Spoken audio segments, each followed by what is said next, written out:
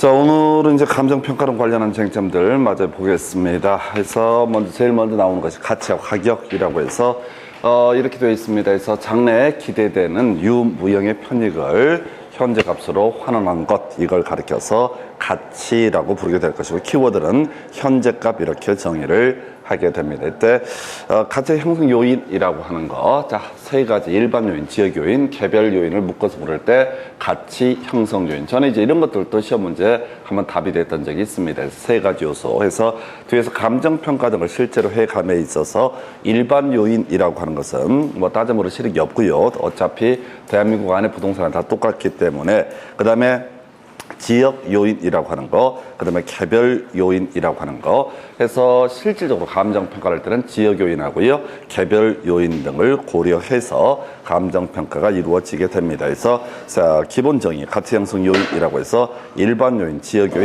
개별 요인 이렇게 정의할 테고요.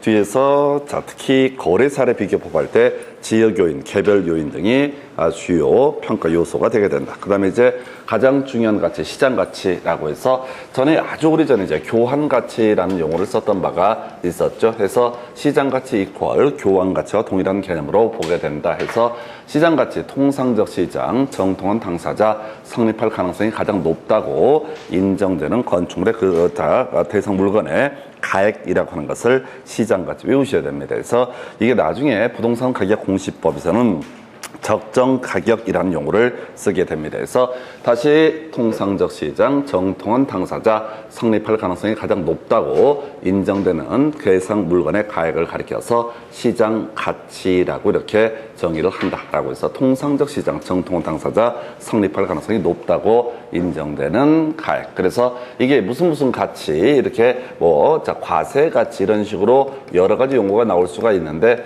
기억을 해야 될 것은 딱 한 가지, 시장 가치라고 하는 거 세 가지 정의. 그리고 이게 부동산 가격 공시법에서는 적정 가격이라는 용어를 쓰게 됩니다. 그래서 표준지 공시가를 결정함에 있어서 적정 가격이라는 것을 공시를 해야 된다. 이렇게 논의를 할 때 그때 그 의미가 시장 가치와 동일한 의미로 쓰이게 된다. 그 다음에 이제 구별 개념으로서 가격이라고 하는 거에서 자, 첫 번째 사실 출제 포인트는 가치는 현재 값을 가리켜서 가치라고 부르게 될 테고, 가격이라고 하는 것은 과거의 값을 가리켜서 바로 가격이라 부른다 해서 가장 유력한 지문, 가치 현재값, 가격은 과거의 값 이렇게 정의를 하게 됩니다. 그리고 가격이 형성 요소 7년 동안 한 번 구성이 됐었죠. 그래서 쓸모가 있어야 된다. 효용이라고 하는 개념. 그 다음에 유효 수요라고 하는 것이 출제 포인트에서 우리가 수요 공급할 때도 같이 논의를 하게 되지만은 지불 능력, 구입 능력을 전제로 한 수요를 가리켜서 유효 수요라고 이렇게 정의를 하게 됩니다. 유효 수요 하나 쟁점이고요. 그 외에 상대적 희소성에서 가격의 형성 요인은 세 가지, 바로 효용, 그 다음에 유효 수요, 그 다음에 상대적 희소성, 이 세 가지가 완성했을 때 가격은 어떻다 성립하게 된다라고 이렇게 봅니다. 그래서 자, 이 파트를 정리하면 가치는 현재의 값이고 가격은 과거의 값이 된다. 가치의 형성 요인이라고 하는 거 일반 요인, 지역 요인, 개별 요인을 묶어서 부를 때 가치 형성 요인, 그리고 시장 가치, 통상적 시장, 정통한 당사자 성립할 가능성이 가장 높다고 인정되는 가액, 이런 식으로 정의를 하게 됩니다. 제일 쉬운 파트가 되겠고요. 자, 그 다음에 이제 가격의 결정 과정 등에 대해서 보게 되면 첫 번째 가격의 제 원칙에서 이건 이제 답이 정의되어 있다고 그랬어요. 균형의 원칙하고요, 적합의 원칙, 오타가 있네요. 그래서 여러분 자료에 나오면 정리가 되어 있을 텐데 적합의 원칙이라고 하는 거, 적합의 원칙하고 균형의 원칙 이렇게 가야 되는데 적합의 원칙 보기 앞서서 변동의 원칙부터 먼저 간단하게 체크를 하게 되면 자, 부동산의 가격이라고 하는 것은 가치 형성 요인, 일반 요인, 지역 요인, 개별 요인의 변화에 따라서 바로 변화가 발생하게 된다. 그래서 자, 특히 이제 거래 사례 비교법 할 때 나오게 되는 거죠. 그래서 거래 사례 비교법 관련해서 자, 지금 과거의 거래 사례라고 하는 것을 현재 감정 평가할 때 예를 들어서 3달 전에 3억의 거래가 됐다라고 해서 비슷한 물건에 대한 감정 평가를 하고자 할 때 지금 세 달 후에 감정평가를 한다고 했을 때 그때 가격은 변화가 있을 수가 있게 될 것이고 따라서 이제 시점 수정이라는 개념이 필요하다 이렇게 봐야겠고요. 그 다음에 이제 적합의 원칙이라고 하는 거, 자 외부 환경과 조화를 이루지 못하게 되면 어떻다 낮게 평가가 되게 된다라고 이렇게 하는 거. 그래서 여기서 이제 원가법에서 논의하는 개념이 바로 경제적 감가라고 하는 거에서 외부 환경과 조화를 이루지 못했을 때 낮게 평가된다. 그래서 가격을 까야 된다라는 개념을 경제적 감가라고 이렇게 정의를 하게 됩니다. 그래서 적합의 원칙 이렇게 하나 보셨고요. 그 다음에 균형의 원칙에서 내부 구성 요소 간 조화를 이루지 못했을 때 그 부동산의 가격은 낮게 평가가 되게 된다라는 의미가 될 테고요. 이때 파생되는 개념 기능적 감가라고 하는 것이 이슈가 된다. 그래서 하여튼 가격의 제원칙은 출제하는 기술들을 보게 되면 지금까지 16년 동안 한 번을 제외하고는 모든 문제가 적합의 원칙하고요. 균형의 원칙 이 두 개만 가지고 주구장창 출제가 되고 있다. 그래서 더 어렵게 어렵다. 그래서 미리 답을 외우고 들어가지 않게 되면은 그 문장 보고서는요 매번 답이 적합의 원칙, 균형의 원칙이라는 걸 알고 있다 할지라도 대단히 까다롭게 구성되는 영역. 그래서 가격의 제원칙 세 가지 해서 나중에 감정평가 강론을 논함에 있어서 이렇게 논의를 하게 됩니다. 그래서 변동의 원칙, 시점 수정, 적합의 원칙 관련해서 경제적 감가, 균형의 원칙이 위반되면 기능적 감가라고 하는 거 이런 식으로 구성이 되어 있죠. 그래서 이게 이제 가격의 제 원칙이라는 개념이 되게 될 것이고요. 요거는 이제 3년에 한 번꼴로 출제가 되는 그런 영역이 되겠습니다. 그 다음에 이제 검토 드리게 될 주제가 바로 가격의 결정 과정에서 작년에 나왔던 문제죠. 그래서 어떤 부동산에 대한 감정평가 의뢰가 있게 되면 먼저 지역 분석한 다음에요. 그 다음에 개별 분석의 과정을 거친다. 그래서 어떤 아파트에 대한 감정평가 의뢰가 들어오게 됩니다. 그럼 대뜸 이 아파트 가격을 결정하는 것이 아니라 그 지역, 그 부동산이 속한 지역을 먼저 분석을 하게 될 것이고 그리고 구체적으로 그 개별 부동산의 특성을 가지고 가격을 판단을 하고 판정을 하는 이런 과정을 거친다 해서 작년 문제에서는 지역 분석 관련해서 이게 거시적 분석이다라고 하는 개념이 이슈가 됐었고요. 그 다음에 이 개별 분석을 미시적 분석이라는 표현을 써서 출제 이슈를 삼았던 바가 있습니다. 그래서 자, 지역 분석, 먼저 그 동네 전체적인 부동산의 가액을 평가를 해보게 된다. 그리고 나서 구체적으로 가격을 판정하는 과정을 개별 분석이라고 부르게 된다. 그리고 지역 분석은 의미상 자 거시적 분석이라는 의미를 가지고 있고 개별 분석은 미시적 분석이라는 의미를 가지고 있다. 이렇게 정리를 합니다. 자, 그래서 이제 지역 분석이라고 하는 거, 그 동네 부동산이 속한 지역 또는 이제 영향을 주는 지역에 대한 분석, 이걸 우리가 지역 분석이라 부르는데 대상 지역을 구분을 하게 되면 그 부동산이 속한 지역, 키워드 지역 요인을 공유하는 지역. 그래서 A라는 거래 사례가 있다라고 한번 해보겠습니다. A라는 거래 사례가 있다라고 했을 때 이 A라는 거래 사례를 기준으로 해서 이 대상 물건의 가액을 평가를 한다라고 했을 때 같은 동네에 있다. 그러면 이걸 이름하여 인근 지역이라는 용어를 쓰게 됩니다. 그래서 시험용으로 접근하실 때는 지역 요인을 공유하는 지역. 요걸 가지고 틀리게 구성할 때 개별 요인을 공유하는 지역에서 아까 우리 가치 형성 요인 중에서 일반 요인, 지역 요인, 개별 요인 이렇게 이제 갔을 때 지역 요인을 공유하는 지역을 인근 지역이라고 정의를 하게 됩니다. 그 외에 이 부동산이 속하지 아니한 지역, 옆 동네 되겠습니다. 이걸 유사 지역이라고 부르게 되죠. 그래서 뒤에서 우리가 이제 거래 사례 비교법을 가지고 검토를 할 때 이렇게 갑니다. 먼저 사례 자료, 사례 가격을 기준으로 해서 사시지계면 이런 식으로 가게 되는데 만약에 이 사례 자료가 인근 지역에 있다. 그러면 지역 요인이 공유된 인근 지역에 있다면 지역 요인을 검토할 필요가 없게 될 것이고 사례 자료가 옆 동네인 유사 지역에 있다라고 한다면 지역 요인도 비교해서 감정 평가액을 결정을 하게 된다 해서 일단은 키워드 인근 지역 그 동네 그리고 시험용으로 접근했을 때는 지역 요인을 공유하는 지역 이렇게 봐야겠고요. 그 다음에 유사 지역 옆 동네라고 이렇게 가야 되죠. 그래서 나중에 옆 동네와 대상 물건이 속한 동네 간의 지역 요인을 비교 검토해서 대상 물건의 감정평가액을 결정하게 된다 해서 뭐 내용 자체는 그렇게 어렵지 않고요. 그냥 가격의 제 원칙에서는 적합의 원칙, 균형의 원칙이라는 개념 가지고 거의 다 해결을 해야 될 것이고요. 그리고 나서 지역 분석의 대상으로서 인근 지역, 키워드 문장을 여러분 머리로 외울 수 없다 이렇게 전제를 하셔야 돼. 그래서 지역 요인을 공유하는 지역을 인근 지역이라고 부르게 된다. 그 정도까지 보겠습니다. 그래서 요 정도까지가 바로 가치와 가격이라는 개념에 대해서 살펴봤고요. 바로 이어서 검토 드릴 것이 바로 부동산 가격 공시의 체계까지 같이 묶어서 살펴보도록 하겠습니다.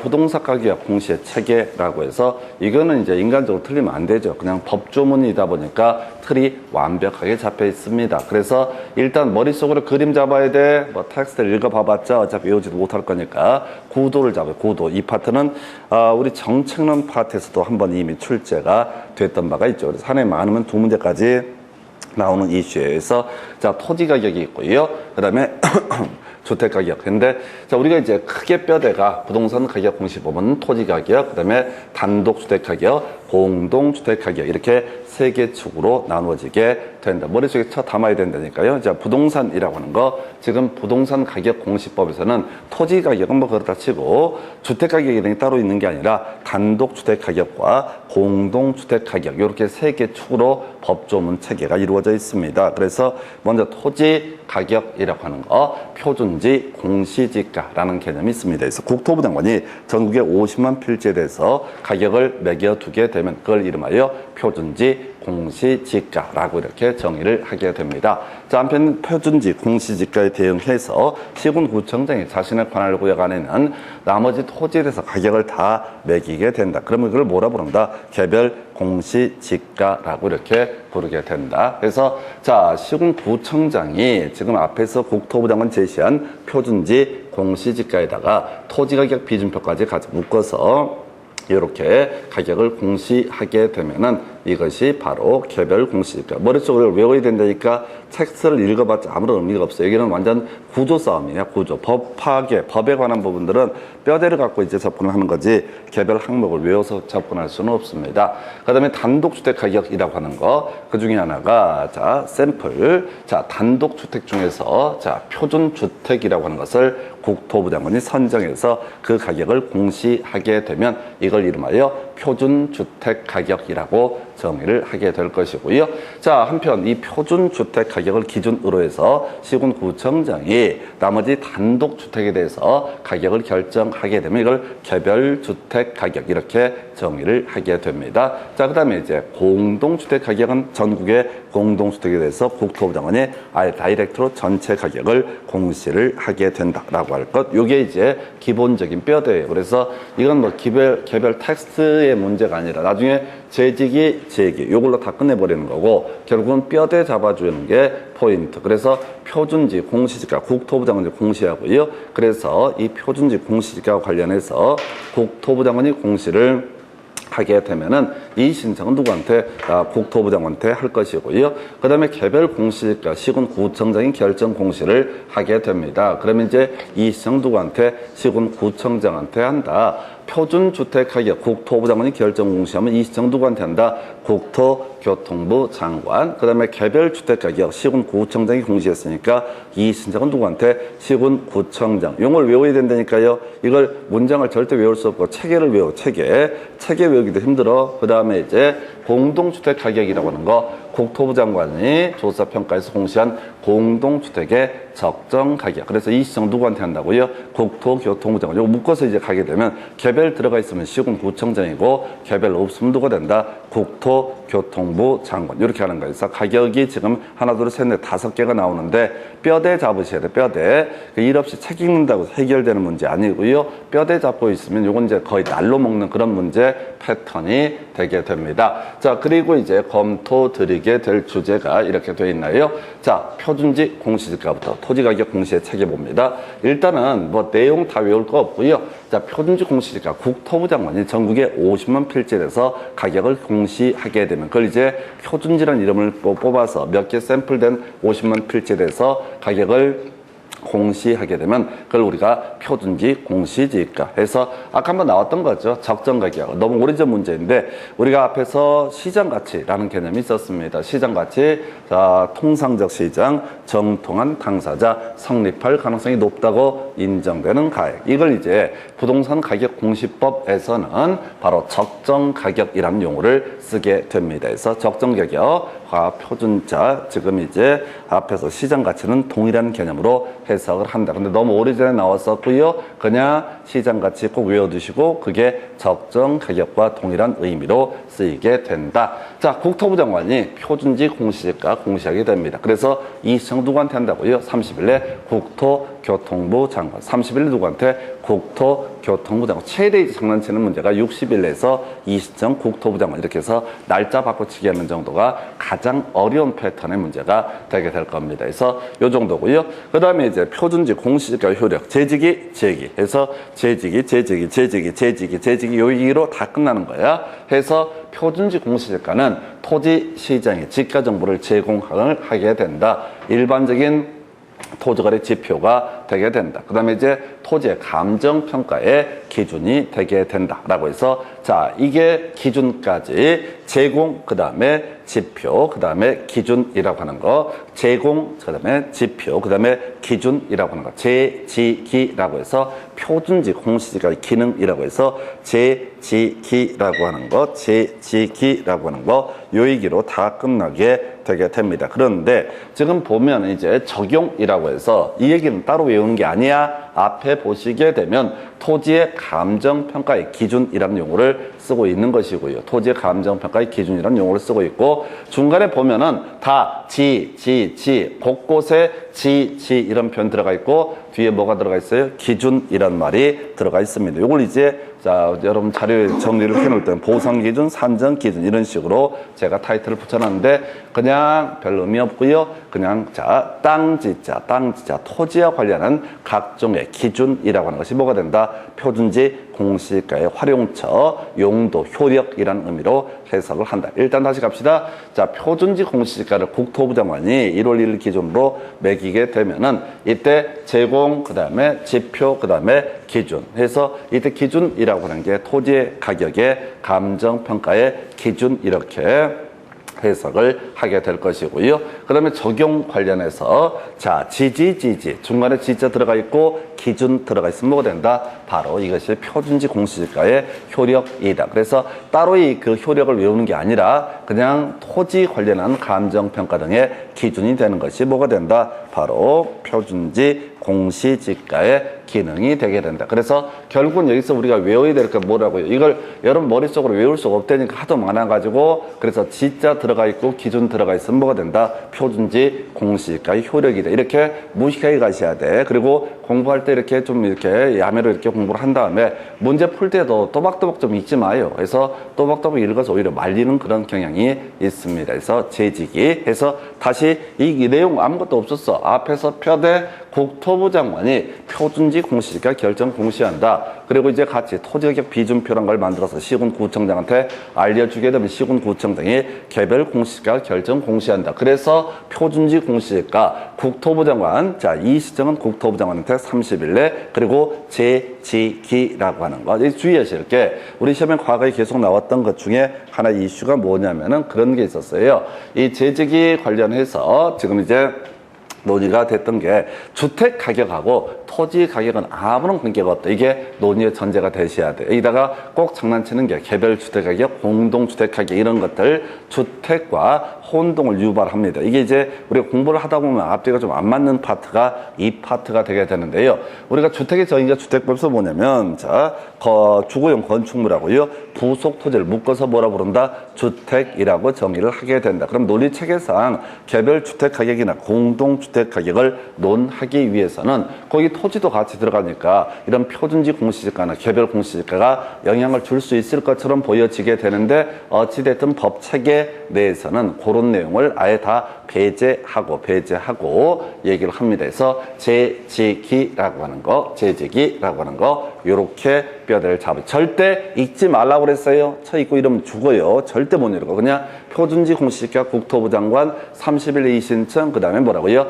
제지기라고 제공, 지표, 기준 요렇게. 그러니까 책을 보면서 감동을 먹으시면 안 돼. 이게 이해가 된다고 해서 여러분 머릿속에 쳐 들어가지 않아요. 그래서 계속 텍스트를 읽다 보면은 마약 같은 거야. 읽다 보면 이게 이해가 되고, 이해가 되면은 안다고 착각하고, 안다고 착각하고 해서 며칠 지나봐. 며칠도 몇 시간 지나면은 또 잊어버려. 그래서 무조건 표준지 공시지가라는 표현이 나오게 되면은 뭐라고요? 그냥 국토부 장관 30일 이의신청 제지기 요렇게 머릿속에 암기가 돼 있어야 된다고 딱 물어봤을 때 표준지 공시지가가 뭡니까? 잠깐만요. 뭘 잠깐만이야. 아무런 의미가 없어. 그럼 시험 지문 이런 게 떴거든.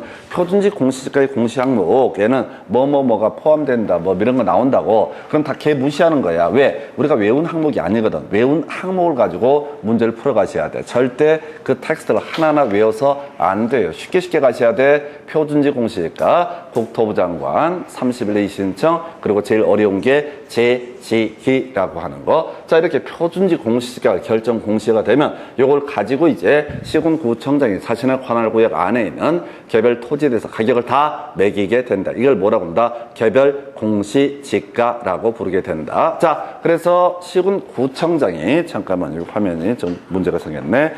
자, 계속해서 개별 공시지가 관련한 쟁점들 확인을 해보겠습니다.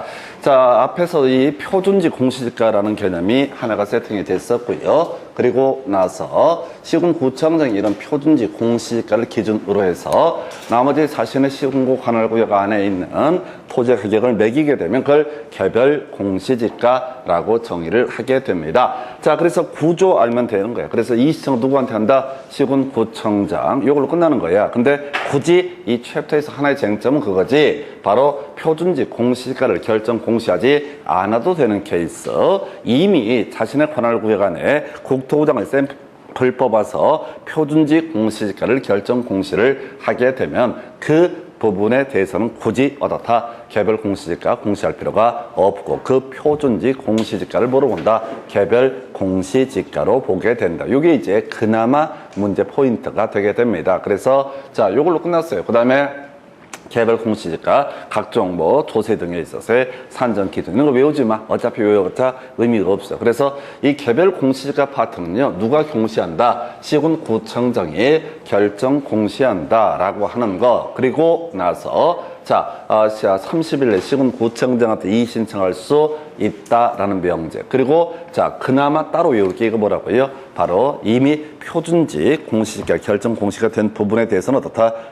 이 부분에 대해서는 개별 공시지가 공시하지 않고 그 표준지 공시지가를 뭐로 본다? 개별 공시지가로 보게 된다라고 하는 거. 요 정도 얘기로 다 끝나게 되게 됩니다. 그래서 아주 심플해요. 자, 그 다음에 검토 드리게 될게 이게 어렵지. 자, 표준주택 가격이라고 하는 거 이제 출제 포인트가 하나 구성이 되는데, 자, 단독주택 중에서 선정한 표준주택이라고 하는 거. 요걸 갖고 그렇게 많이 구성을 하죠. 항상 단독주택과 공동주택 중에서 또는 공동주택과 단독주택 중에서 이런 식으로 해서 그런 답이 다 유형화되어 있어. 그래서 자, 표준주택 가격이라고 하는 것은 단독주택 중에서 라고 하는 것이 논의의 포인트가 되게 된다. 단독주택 중에서 자, 선정한 주택을 가리켜서 표준주택이라고 정의를 할 테고, 이걸 국토교통부 장관이 표준주택 가격을 결정 공시를 하게 된다. 그래서 이 신청 누구한테 한다? 국토교통부 장관에게 이 신청을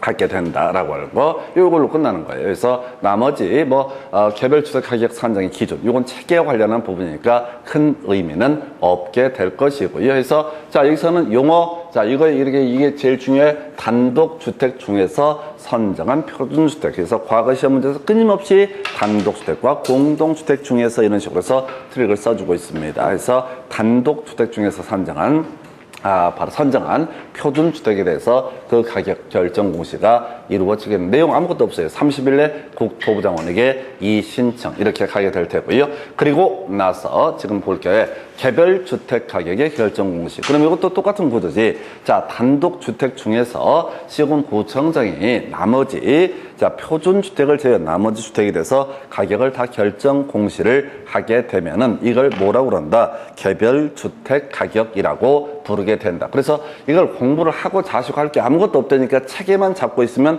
완벽하게 세팅이 되는 거예요. 그래서 개별 들어가 있으니까 시군구청장이 공시를 하게 될 테고, 그리고 이때 이의 신청 누구한테 한다? 시군구청장한테 한다. 다 똑같은 거야. 그리고 역시 출제 포인트, 이미 표준주택으로 선정된 주택에 대해서는 그 표준주택 가격을 개별주택 가격으로 보게 됩니다. 아까 표준지 공시지가 결정 공시가 된 그런 토지에 대해서는 그 표준지 공시지가를 개별 공시지가로 보듯이, 자, 이 표준주택으로 선정한 주택에 대해서는 표준주택 가격을 개별주택 가격으로 보게 된다라고 하는 거, 요런 게 하나의 이슈가 되게 됩니다. 자, 그렇게 보셨고요. 그리고 나서 이제 검토 드리게 될 주제, 자, 공동주택 가격이라고 해서 국토교통부 장관이 결정 공시를 하게 될 것이고요. 간단합니다. 그냥 국토부 장관이 공동주택의 가격을 결정 공시한다. 그래서 바로 30일 내 국토부 장관에게 이의 신청할 수 있다. 그 다음에 이제 앞에서 우리가 표준지 공시지가 관련해서는 이렇게 갔었죠. 바로 제지기라고 하는 것이 하나의 이슈가 됐고, 그 다음에 이 공동주택 가격이라고 하는 것은 뭐가 된다? 제기라고 하는 거. 그래서 자, 가격 정보 제공하고요. 자, 그다음에 자, 주택 가격 산정 등의 기준으로서 활용을 할 수 있다 해서 제지기, 제기 다 끝난 거야. 그냥 체계만 잡고 들어가시는 거야. 제지기, 제기. 자, 정리하게 되면은 앞에서 공부했던 내용들을 한번 정리를 해보면 가격 공시의 체계, 이걸로 다 사실 끝나는 거예요. 다른 거 갈 것도 없고요. 자, 다시 갑시다. 자, 표준지 공시지가라는 개념이 있고 개별 공시지가라는 개념이 있다. 국토부 장관이 표준지 공시지가 결정 공시하니까 국토부 장관에게 이의 신청 30일에 할 수가 있다. 그리고 이 표준지 공시지가의 목적, 자, 수단, 이게 효력, 기능, 자, 제지기에서 제공, 지표, 기준이라고 하는 거. 이때 기준은 각종 토지 가격 산정의 기준이 되게 된다라고 하는 거. 이게 표준지 공시지가라는 의미. 그 다음에 개별 공시지가. 내용 자체가 없어요. 그냥 시군구청장이 공시한다. 30일에 시군구청장한테 이의 신청할 수 있다. 그리고 굳이 하나 기억한다면 표준지 공시지가 이 부분에 대해서는 굳이 개별 공시지가를 매길 필요가 없다. 즉 표준지 공시지가를 뭘 본다? 개별 공시지가로 보게 된다. 이게 끝이에요. 그리고 나서 자, 표준주택 가격이라고 하는 거, 국토부 장관이 출제 포인트 뭐라고요? 단독 주택 중에서 선정한 표준주택의 적정 가격을 가리켜서 바로 표준주택 가격. 그리고 나서 이제 이게 이제 국토부 장관한테 이 시정 30일 내에 이루어지게 될 테고, 자, 그 다음에 개별 주택 가격이라고 하는 거 시군구청장이 공시를 하게 될 테고, 그래서 아까 나왔던 똑같은 구조야. 표준 주택 가격이 결정 공시가 돼 있으면 어떻다? 개별 주택 가격 결정 공시할 필요 없이 그 표준 주택 가격을 개별 주택 가격으로 보게 된다. 그다음에 이제 공동 주택 가격이라는 것은 국토부 장관이 결정 공시를 하게 된다라고 할 것. 그리고 나서 이때 나왔던 주제가 바로 이 신청 국토부 장관. 그다음에 이제 살붙였던 게 공동주택 가격에서 제기라고 해서 아까 표준지 공시지가에서는 제지기라고 하는 거, 제공 지표 기준이라고 하는 거, 여기서는 제공 기준 이렇게 가게 됩니다. 이 정도가 부동산 가격 공시법이고요. 이 정도 내용을 가지고 1년에 한 문제 구성이 되고요. 중간에 지금 여기서 빠져있는 내용들은 답이 구성이 안 되기 때문에 일 없이 읽어보지 말 것. 그래서 이것만 계속 단순하게 접근을 해 주실 거예요. 여기까지가 부동산 가격 공시라는 주제까지 보시고 다음 주 끝났다가 감정평가의 기준, 감정평가 방식 검토합니다.